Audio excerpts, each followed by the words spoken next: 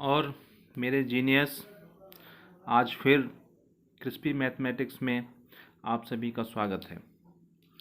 जैसे कि previous video में हम लोग अभी एक्सरसाइज 1.1 का फर्स्ट क्वेश्चन के तीनों पार्ट्स कंप्लीट कर चुके हैं।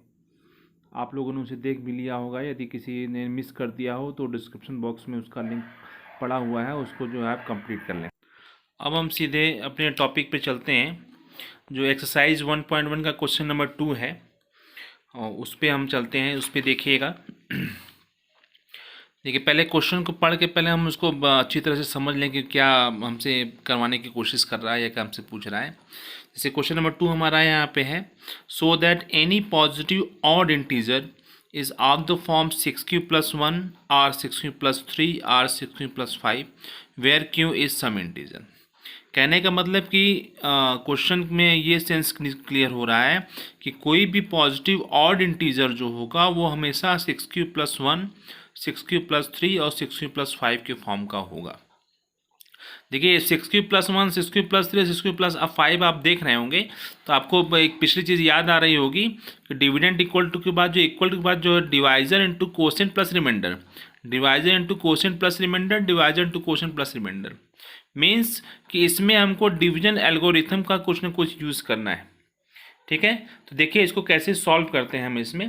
तो जैसे डिवीजन एल्गोरिथम में 2 नंबर हम लेके चलते थे, ए और बी। ठीक है, सेम प्रोसेस हम लोग स्टार्ट करेंगे यहाँ पे। तो सबसे पहले जब यहाँ पे सोल्यूशन स्टार्ट करेंगे यहाँ पे, तो वहाँ पे पहले लेट कर लेंगे। ठीक है, लेट अ नंबर, यहाँ पे पॉजिटिव ऑड नंबर कह रहा है तो यहाँ पे let positive odd integer is a and b equal to 6। देखिए, b इक्वल टू 6 मतलब हमको यदि 6q+1 6q+3 6q+5 करना है तो जो हमारा a जो डिविडेंड होता था, b डिवाइजर होता था, तो यहाँ डिवाइजर 6 है, तो अकॉर्डिंग टू क्वेश्चन हम b की वैल्यू 6 लेकर चलेंगे। क्लियर है? कोई प्रॉब्लम इसमें? कोई प्रॉब्लम नहीं होनी चाहिए। ठीक है, अब देखिए, अब हम यहाँ पे डिवीजन एल्गोरिथम का यूज करेंगे। यहाँ पे डिवीजन तो यहाँ पे लिखेंगे by using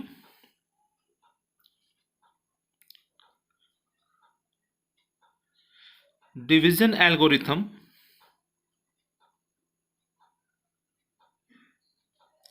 with a and b equal to 6। तो अब देखिए b इक्वल टू 6 है यहाँ पे, तो हमारे किस फॉर्म का, अब b इक्वल टू 6 की वैल्यू आ गई। तो अब इसमें हमारा जो रिमाइंडर r है, हमको पता है कि r की वैल्यू क्या होती है, 0 से ग्रेटर होती है और 6 से लेस होती है। ठीक है, तो अब हमारा यहाँ पे क्या हो जाएगा यहाँ, तो यहाँ पे यदि हम देखना चाहें कि where r is greater than r equal to 0 and less than equal to 6, then possible values of r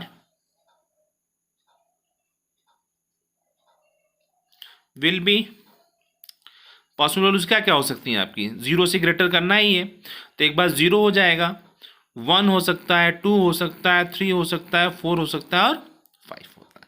मतलब r की पॉसिबल वैल्यूज हमारी 0 1 2 3 और 4 और 5 है। क्लियर हो गई बात? अब देखिए, अब हम इसको उस फॉर्म में लिखते हैं जैसे हमारा पहला, जैसे जो फॉर्म इसमें नॉर्मल फॉर्म होगा, a इक्वल टू BQ+R, मतलब b की वैल्यू 6 है, 6q+R, ये हमारा जनरल फॉर्म हो गया। अब r की वैल्यू हमारे पास 0 रखेंगे। लिखिए, put r equal to 0, then number हमारा क्या हो जाएगा, 6q+0 इक्वल टू 6q। अब देखिए 6q है, 6 हमारा इवन नंबर है, जब भी किसी में इवन नंबर से मल्टीप्लाई होगा तो ऑल्सो हमेशा इवन ही होगा, तो ये किस फॉर्म का होगा, ये इवन हो जाएगा। Again put r equal to 1, फिर देखिए r इक्वल टू 1 रखने पे a इक्वल टू क्या हो गया हमारा, 6q+1 हो गया। 6q+1 हो गया, मतलब 6q तो हमारा इवन होता है, लेकिन 1 ऐड होने की वजह से ये क्या हो गया हमारा, ऑड हो गया। ठीक है, हम इक्वेशन 1 डालते चलते हैं। इक्वेशन नंबर 2 हो गया यहाँ पे, put r equal to 3 sorry 2, तो ए इक्वल टू हमारा हो गया 6 क्यू प्लस 2। यहाँ देखिए 6 क्यू भी इवन है और इवन में प्लस, आप इवन प्लस करेंगे तो भी इवन ही मिलेगा, तो ये आपका इवन हो गया, ये 3 हो गया। Again similarly put r equal to 3, then a equal to 6 Q plus 3, and 6 Q is even, so 3 is odd. Then if we add even with odd, then we get odd always, so this is the odd. Again put r equal to 4, then a equal to 6 Q plus 4, that is even, and lastly r equal to 5, then a equal to 6 Q plus 5, this is the odd. अब देखिए जो हमारे पास जितने equations हैं आपके, equation 1, equation 2, equation 3, equation 4, equation 5, equation 6, इन सब में आप देख रहे होंगे कि जो भी ऑड फॉर्म के हैं, देखिए किस फॉर्म का है, देखिए 6 क्यू प्लस 1 के फॉर्म का है, 6 क्यू प्लस 3 के फॉर्म का है, एंड 6 क्यू प्लस 5 के फॉर्म का है।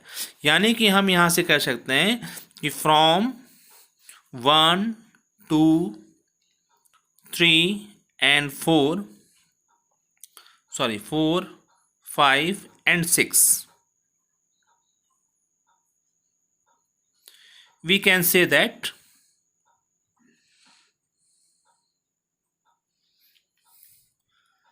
any positive odd integer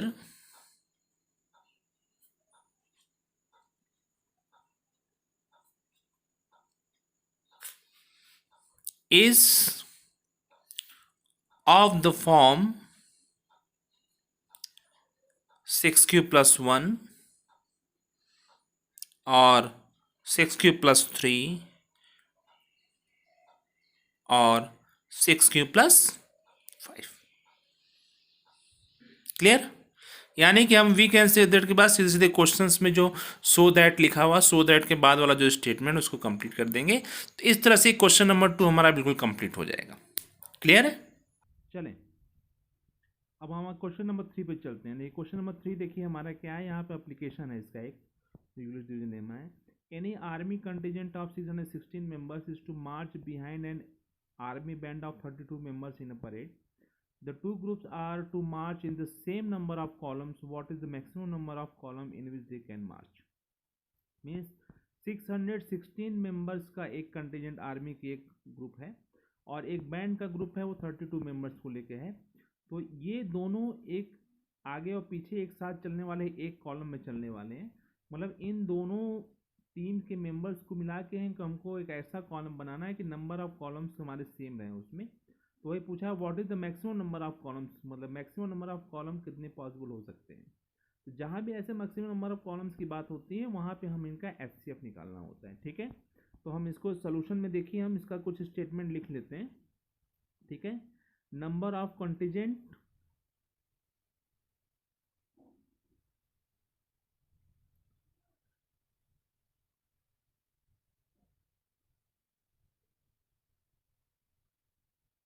having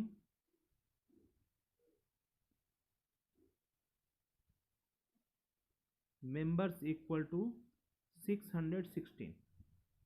ठीक है, and number of members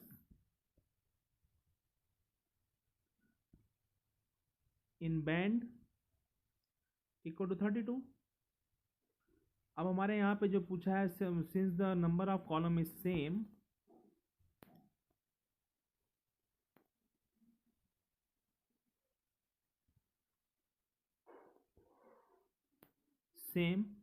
then the maximum number of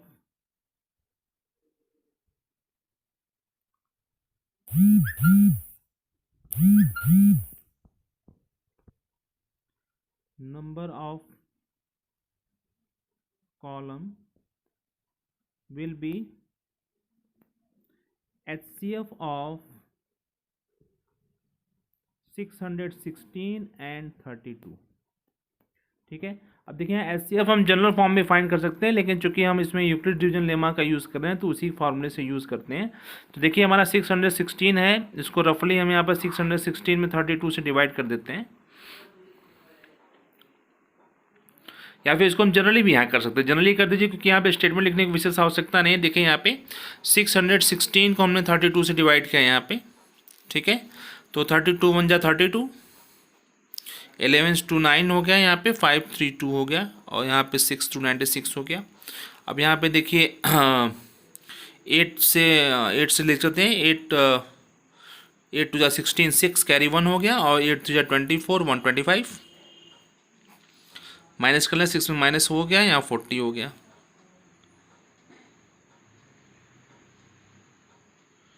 miss हो रहा है, 9 जा जाएगा हमारा, ठीक है ना।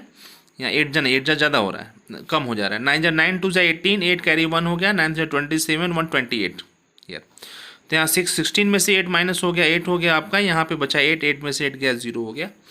अब ये 8 हमारा रिमाइंडर बच गया, इस रिमाइंडर से 32 को हम डिवाइड कर देंगे, अब 32 डिविडेंट हो जाएगा यहाँ पे। तो 8 4 जा 32, remainder will be 0, means the last dividend is 8, यानी कि हमारा HCF ऑफ 616 32 कितना आ गया, 8 आ गया। मैं कहने का मतलब ये हो गया कि 8 मेंबर्स का जो कॉलम होगा, जो मैक्सिमम नंबर ऑफ कॉलम्स होंगे, सॉरी मेंबर्स नहीं, मैक्सिमम कॉलम्स 8 होंगे। तो यहाँ पे हम लिख सकते हैं, यहाँ पे maximum number of column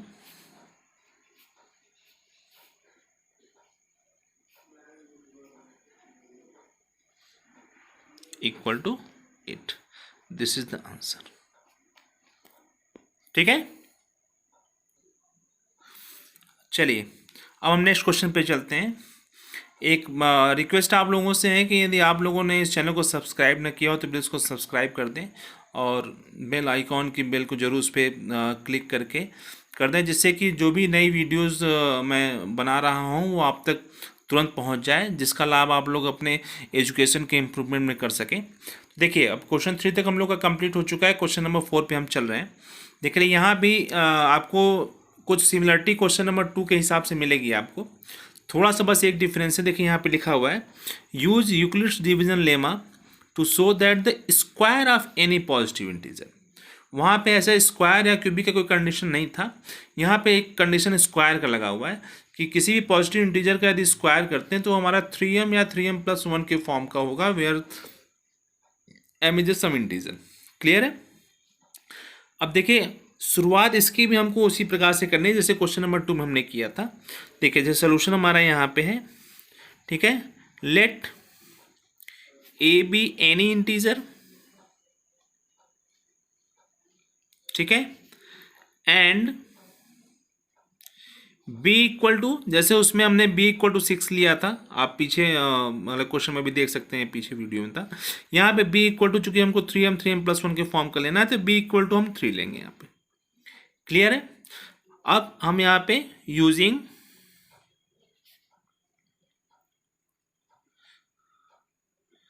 Euclid's division lemma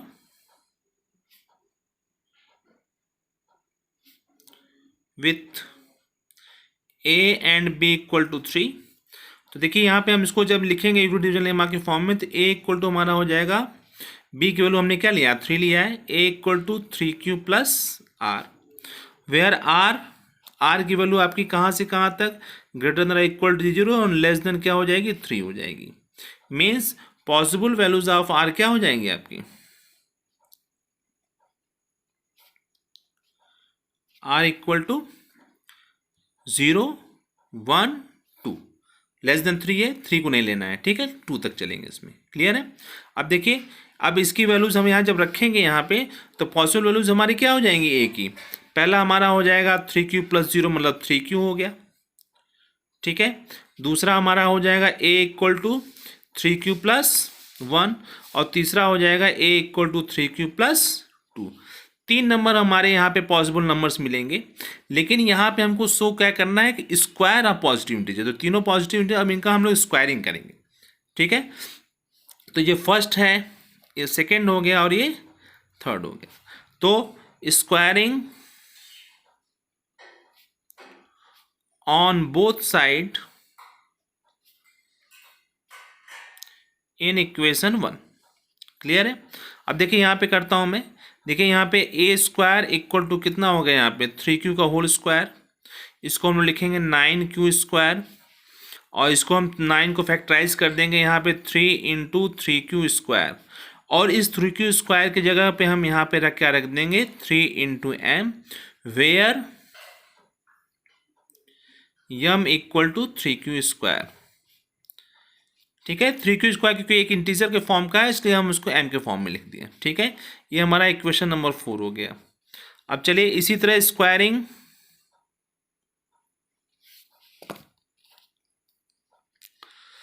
on both side in equation 2। तो इक्वेशन 2 का भी देखिए हो रहा है a² इक्वल टू क्या हो जाएगा 3q + 1 का होल स्क्वायर। अब यहाँ a + b के होल स्क्वायर की एंट्री लगेगी, मीन्स a² + 2ab + b²। तो यहाँ आपका ये हो गया 9q² + 6q + 1।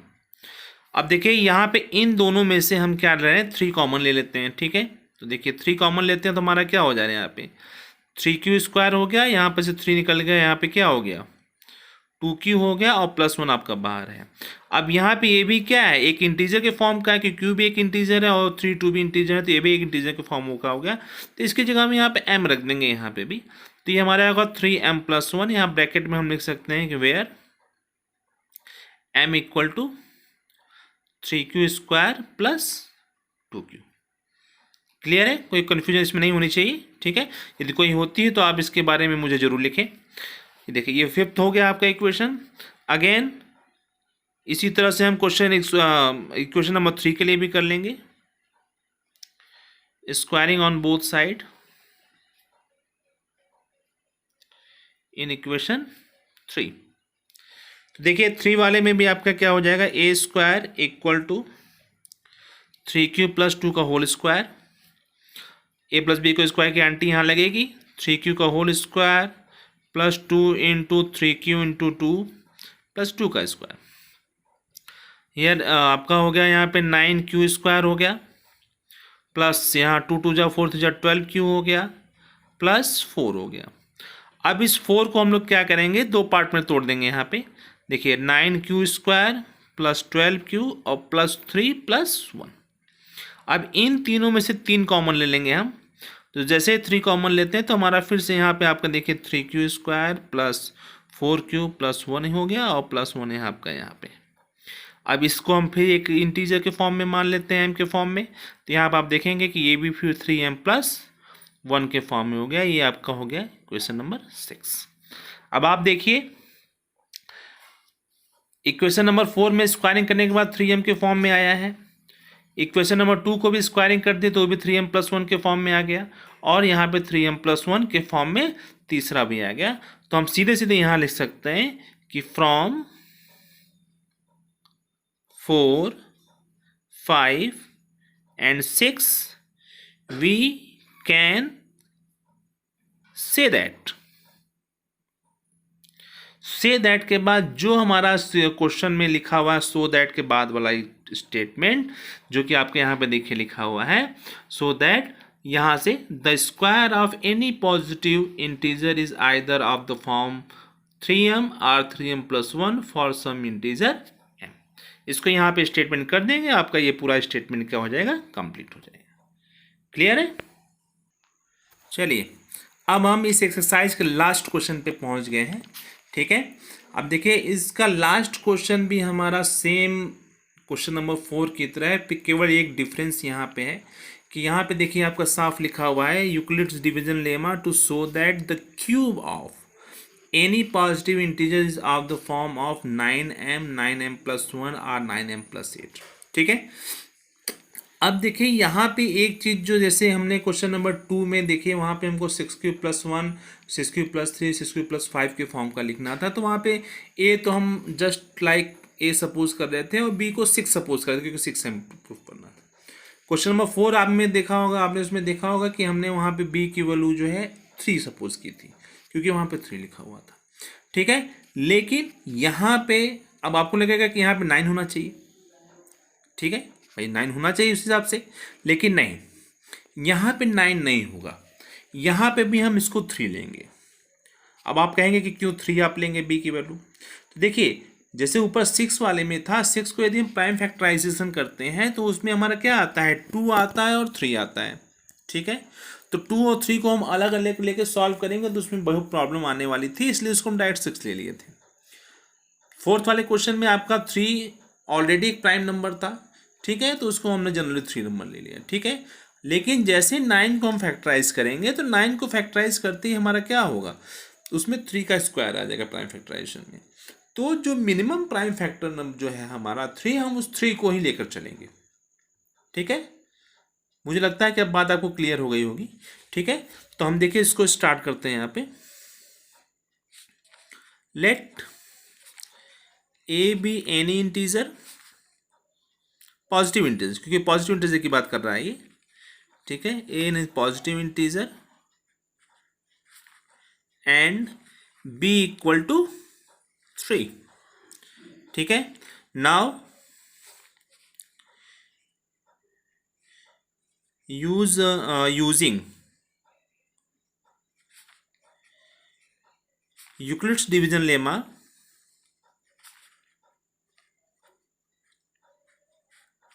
with a and b equal to 3, we get a equal to 3q plus r, where r greater than or equal to 0 and less than 3, means possible values of r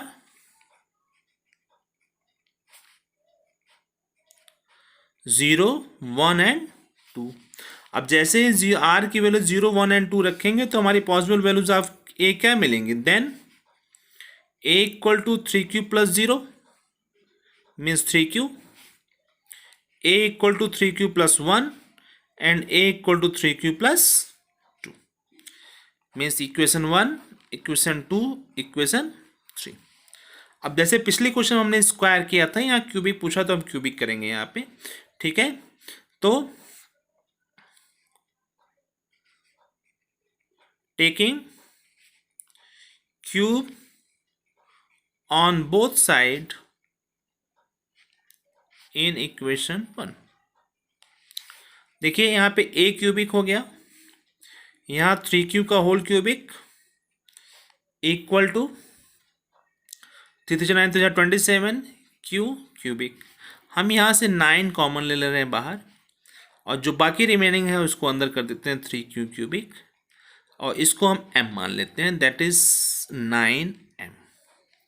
ये हमारा equation 4 हो गया, where m equal to 3q cubic. Clear. अब देखिए इसी तरह से हम दूसरा भी, taking cube on both side in equation 2, a cubic equal to 3q plus 1 का होल क्यूबिक, प्रॉपर्टी लगाएंगे, a cubic plus b cubic plus 3a square b plus 3ab square. Clear. अब देखिए यहाँ पे इसका हो गया 27q क्यूबिक हो गया, प्लस 1 हो गया, प्लस 3 3 9 27 q स्क्वायर यहाँ भी हो गया आपका, 3 3 9 q आपका यहाँ भी हो गया, ठीक है। अब देखिए ये 1 वाला जो है इसको हम एकदम लास्ट में इसको पुट कर देते हैं,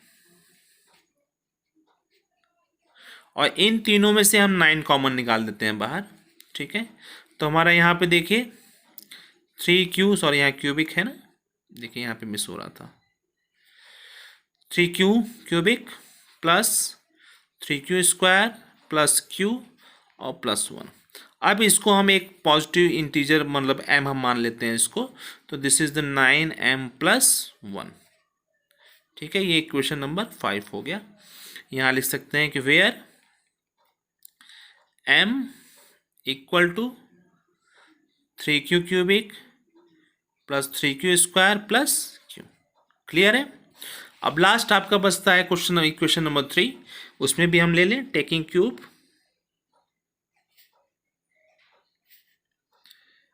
इन इक्वेशन 3 देखिए ऑन बोथ साइड, जब भी कोई काम इक्वेशन पे करते हैं तो दोनों तरफ हम सेम वर्क करते हैं। तो यहाँ पे a क्यूबिक हो गया आपका 3q + 2 का क्यूबिक, सॉरी स्क्वायर नहीं क्यूबिक, ठीक है। आइडेंटिटी हम यहाँ पे लगा देते हैं, 3q का होल क्यूबिक प्लस 2 का cubic plus 3a² b plus 3ab², ठीक है। ये आपका 27q क्यूबिक हो गया, यहाँ पे 2 2 जा 4 2 जा 8, यहाँ पे आपका हो गया क्या 3 3 जा 9 3 जा 27 2 जा 54 q² प्लस 3 3 जा 9 और 9 4 जा 36 q। 8 को लास्ट में हम रख देते हैं,